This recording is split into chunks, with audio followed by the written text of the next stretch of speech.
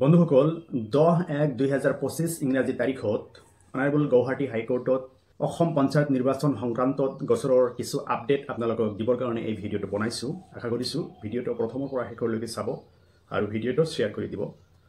আপোনালোকে জানে যে পঞ্চায়তৰ সীমা নিৰ্ধাৰণ ডেলিমিটেশ্যনক চেলেঞ্জ কৰি অসমৰ বিভিন্ন জিলাৰ পৰা গোচৰ দাখিল কৰিছিল অনাৰেবল গুৱাহাটী হাইকোৰ্টত, যেনেকুৱা হাইলাকান্দি জিলাৰ পৰা আব্দুল আহাদ লস্কৰ ও অন্যান্য, তাৰপিছত কাছাৰ জিলাৰ পৰা আশ্ৰফ কালাম আজাদ লস্কৰ আৰু অন্যান্য, মৰিগাঁও জিলাৰ পৰা হাবিবুৰ ৰহমান ও অন্যান্য সহ কেইবাটাও ৰিট পেটিশ্যন অনাৰেবল গুৱাহাটী হাইকোৰ্টত দাখিল কৰে।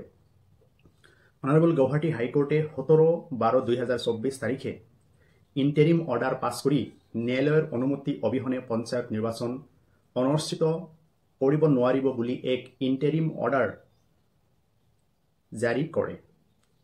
তাৰ পিছত পৰৱৰ্তী সময়ত অসমৰ আৰু কেইবাখন জিলাৰ পৰাও গোচৰ ৰুজু কৰা হয়। অসমত হোৱা পঞ্চায়তৰ সীমা নিৰ্ধাৰণ প্ৰক্ৰিয়াক চেলেঞ্জ কৰি পঞ্চায়ত নিৰ্বাচন অনুষ্ঠিত কৰিবলৈ আদালতৰ অনুমতি বিচাৰি অসম চৰকাৰ আৰু অসম ৰাজ্যিক নিৰ্বাচনী আয়োগে আবেদন দাখিল কৰিছে।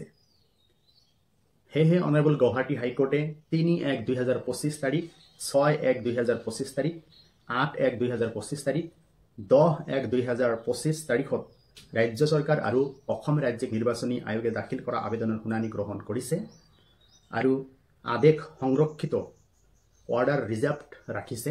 পৰৱৰ্তী সময়ত অনাৰেবল গুৱাহাটী হাইকোৰ্টে ৰাজ্য চৰকাৰ আৰু অসম ৰাজ্যিক নিৰ্বাচনী আয়োগৰ আবেদন সন্দৰ্ভত ৰায়দান কৰিব।